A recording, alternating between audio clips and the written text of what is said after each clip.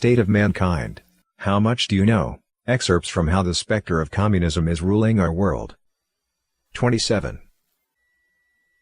Almost all peoples of the world have their own ancient myths and legends that discuss man's creation by their gods, in the image of God, and which lay the foundation of morality and culture for that people. These traditions leave a path of return to heaven for those who believe in their gods. In the East and West, there are records and legends about how Nu and Jehovah created their people. Gods admonish man to follow the commandments of gods or be punished by them. In times of widespread moral decay, gods destroy man in order to preserve the purity of the universe.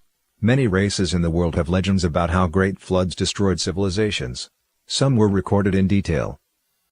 In order to maintain the morality of human beings, there are times when enlightened beings or prophets reincarnate in the human world to rectify people's hearts, to stop them from being destroyed, and to lead those civilizations to develop and mature. Such individuals include Moses and Jesus in the West, Lao Tzu in the East, Shakyamuni in India, and Socrates in ancient Greece. Human history and culture help people understand what Buddhas, Taoists, and gods are, what it means to believe in God, and how to practice cultivation. The different schools of practice teach what is righteous and what is evil, how to distinguish truth from falsehood and good from evil, and finally they teach man to await the Creator's return to earth before the end of the world in order to be saved and return to heaven. Once people sever their connection with the God that created them, their morality will quickly deteriorate. Some races thus disappeared, such as the legendary Atlantis civilization, which was buried in the sea overnight. In the East, especially in China, beliefs are rooted in the hearts of people through traditional culture. Therefore, it is difficult to deceive the Chinese people into accepting atheism with simple lies. In order to uproot the 5,000 years of beliefs and culture, the communist evil spectre used large-scale violence to slaughter the elites who had inherited traditional culture and then used lies to deceive young people from generation to generation. In the West and other parts of the world, religions and beliefs are the main forms of maintaining contact between man and gods, and are also important cornerstones for maintaining moral standards. Although the communist evil spectre failed to establish communist tyranny in these countries, it achieved its goal of destroying orthodox religions and corrupting human beings by deception, deviance, and infiltration.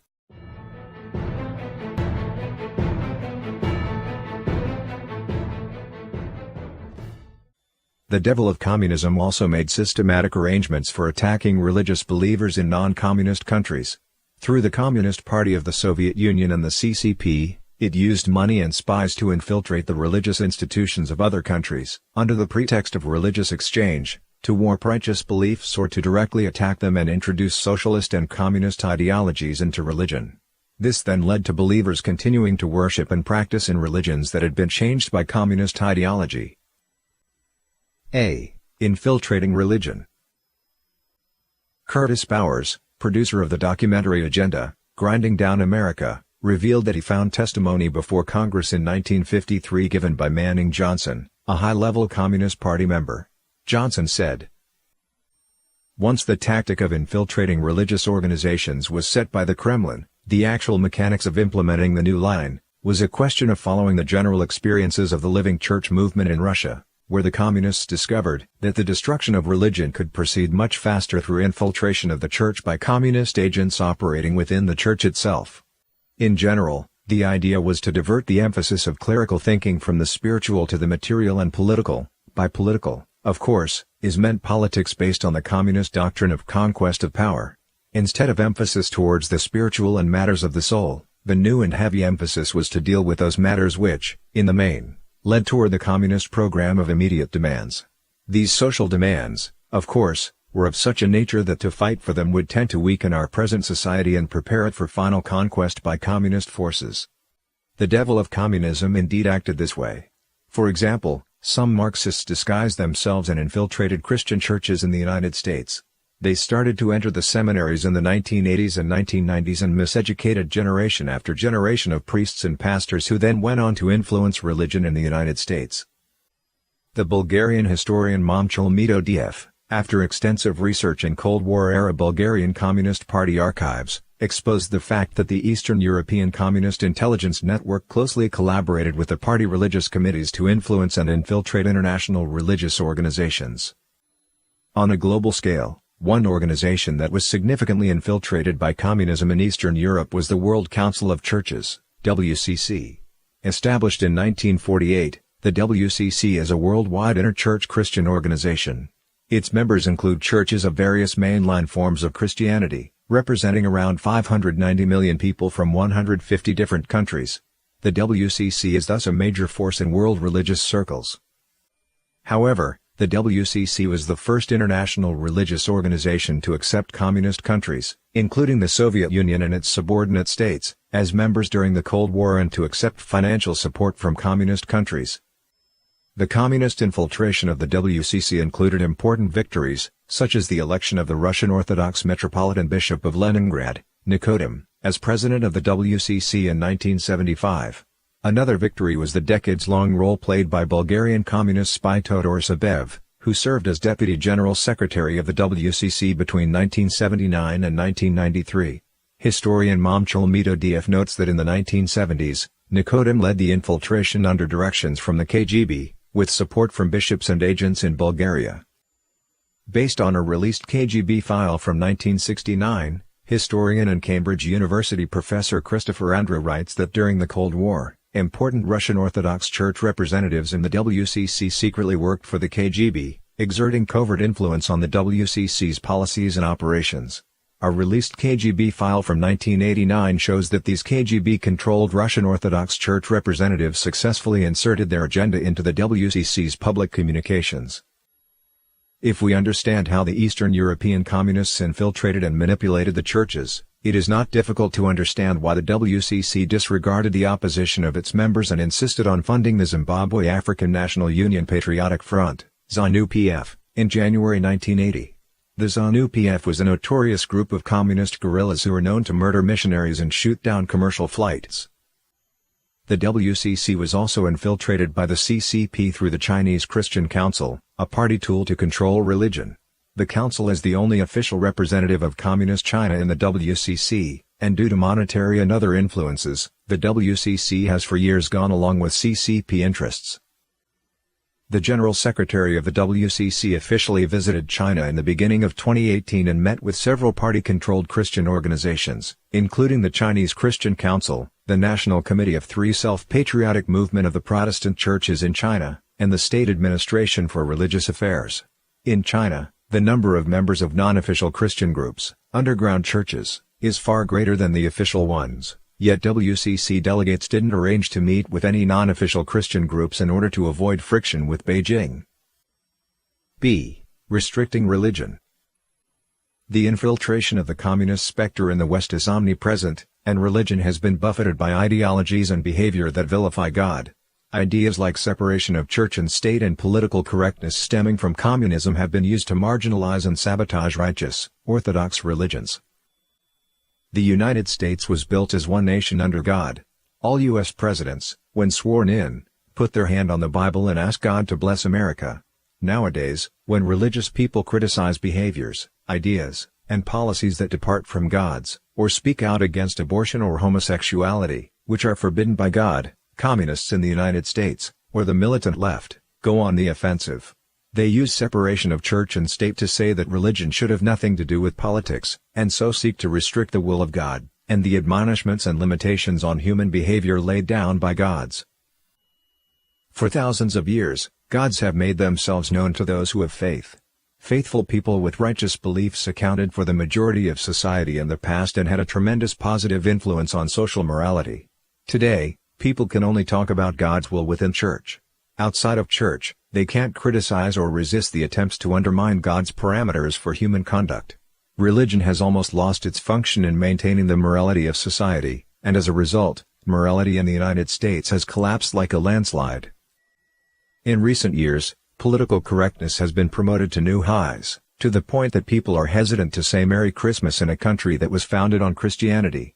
This happens only because some claim that it's politically incorrect and hurts the feelings of non-Christians. Similarly, when people openly speak of their belief in God or pray to God, some claim this to be discriminatory against people with other beliefs, including non-believers. The fact is, all people are allowed to express their beliefs, including respect for their gods, in their own ways, and it has nothing to do with discrimination. In schools now, classes that involve righteous beliefs and traditional values are not allowed to be taught. Teachers are not to speak of creation, for the reason that science has yet to prove the existence of God. Science has also yet to prove atheism and evolution, but these theories are taught as truth in schools. Speech that attacks, rejects, and vilifies gods, on the other hand, is all protected and glorified under the banner of freedom of speech. The communist specter's infiltration of society and restraints against and manipulation of religion, culture, education, the arts, and law is an exceedingly complex and systemic issue. We will discuss it in detail in future chapters.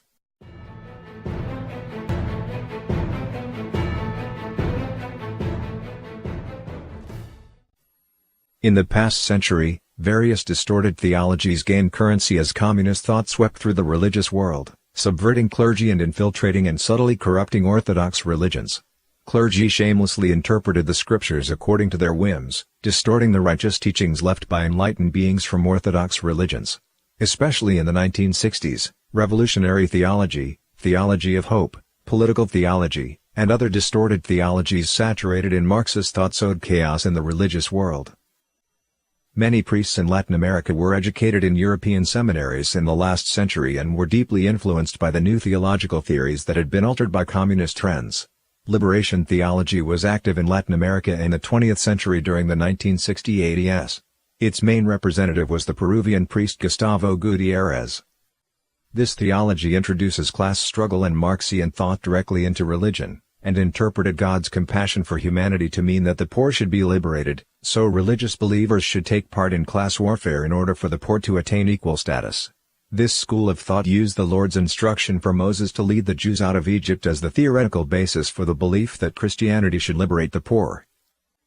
This emerging theology, which emphasizes class warfare and the establishment of socialism, was greatly praised by Fidel Castro, the leader of the Communist Party of Cuba.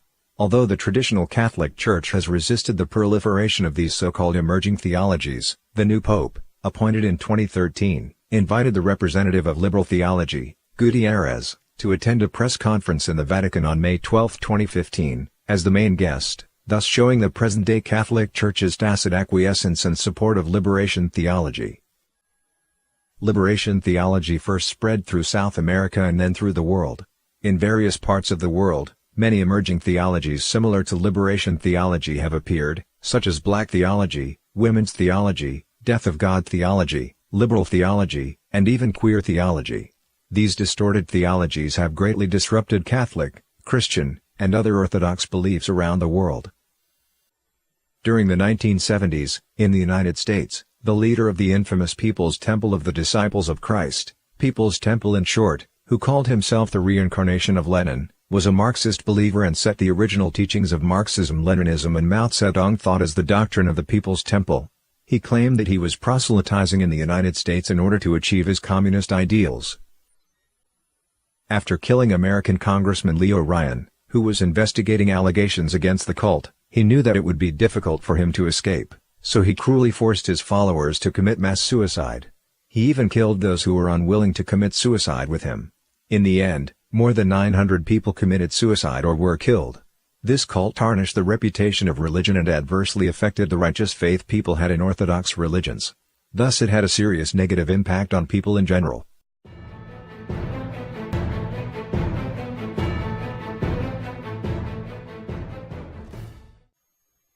The book The Naked Communist, published in 1958, lists 45 targets in the United States for communism to destroy. Astonishingly, most of the goals have already become realities. Number 27 in the list is, infiltrate the churches and replace revealed religion with social religion. Discredit the Bible.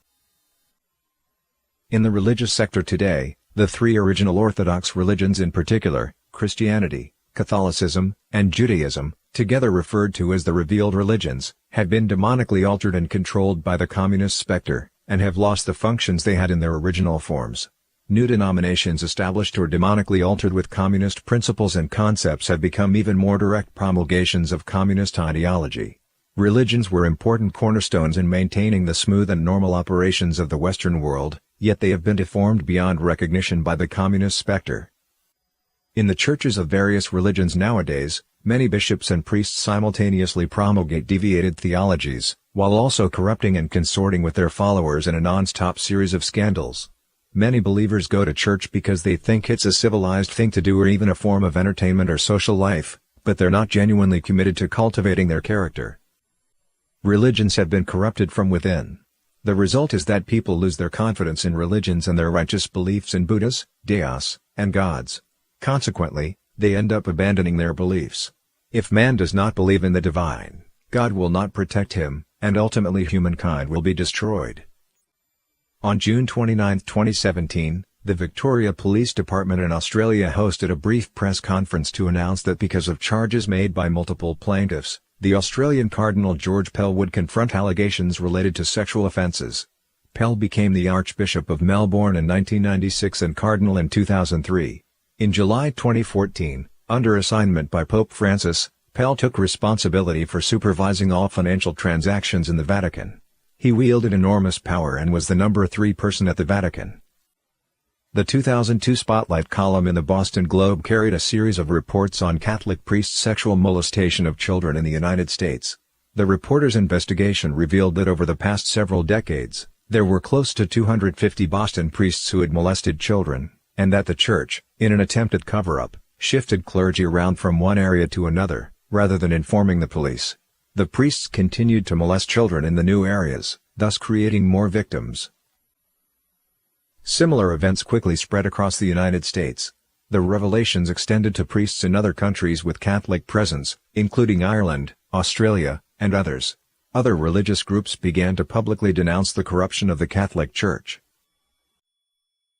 Eventually, under public pressure, St. John Paul II was compelled to hold a conference in the Vatican for U.S. Catholic cardinals, at which the Vatican admitted that the sexual molestation of children is a crime and that the administrative structure of the Church would be reformed. Further, the Church would expel priests who had sexually offended children, and the criminals would be jailed. The Church paid over $2 billion in settlements for the abuses. Skimming money off believers in the name of religion has also been a common occurrence. For example, in China, various religions have rapidly embezzled money by taking advantage of believers' faith in Buddhas, Deos, and gods, effectively turning religion into a business. Money is charged for religious ceremonies and for worshipping by burning incense, with fees sometimes running up to 100,000 yuan, $15,000. More churches and temples have been built, looking all the more splendid on the surface, while righteous belief in God diminishes. Disciples who genuinely cultivate are fewer and fewer. Many temples and churches have become gathering places for evil spirits and ghosts, and temples in China have turned into commercialized tourist sites where monks earn salaries, and Buddhist and Taoist abbots preside as CEOs. During the so-called wave of studying the report of the Chinese Communist Party's 19th Congress, the deputy chairman of China's Buddhist Association claimed at a training program for the spirit of the 19th Congress, "The 19th Congress report is the contemporary Buddhist scripture, and I have hand-copied it 3 times. He also stated, "The Chinese Communist Party is today's Buddha and Bodhisattva, and the 19th Congress report is contemporary Buddhist scripture in China, and it shines with the glowing rays of the Communist Party's belief." There were also people who called upon Buddhist believers to follow his example and apply the method of hand-copying scriptures to hand-copy the 19th Congress report with a devout heart so that they could experience enlightenment. When this news report was published in the Nanhai Buddhist Institute in Hainan Province, it led to enormous controversy and was ultimately deleted. The report nevertheless spread widely on the internet. This incident shows that official Buddhism in China is full of politician monks, and is fundamentally not a cultivation community. Instead, China's official Buddhism has become a tool used by the Chinese Communist Party for its United Front work. For more than 1,000 years, bishops around the world were directly appointed or recognized by the Vatican. The 30 or so bishops previously recognized by the Vatican in the Chinese region have not been acknowledged by the CCP. Likewise, the Vatican and the Catholics loyal to it in China, particularly the underground believers, have not acknowledged the Communist Party appointed bishops. However, under constant coercion and enticement by the CCP, the new pope has recently begun conversations with the CCP that appear set to provide Vatican recognition for the CCP-appointed bishops. Thus, bishops previously appointed by the Vatican would be sidelined. The Church is a faith community whose purpose is to enable believers to cultivate, uplift their morality, and ultimately return to heaven. When deals are done in the human world with an evil spirit in revolt against God, where the communist specter is allowed to arrange and appoint bishops and thus take charge of matters concerning the belief of tens of millions of Catholics in China. How would God look at the matter? What will the future hold for the tens of millions of Catholics in China? In China, a country with a rich traditional culture, the specter of communism painstakingly arranged a system that violently destroyed traditional culture, demolished orthodox religions, and annihilated people's physical bodies, while simultaneously demoralizing society and severing the connection between man and gods, all with the purpose of completely destroying people. In the West and other parts of the world, the specter used deception and infiltration to demonize orthodox religions, and to confuse and mislead people so as to have them give up orthodox beliefs. They thus drift further away from gods until they face total destruction. No matter what means were used by the specter, the ultimate goal is the same: to destroy humankind.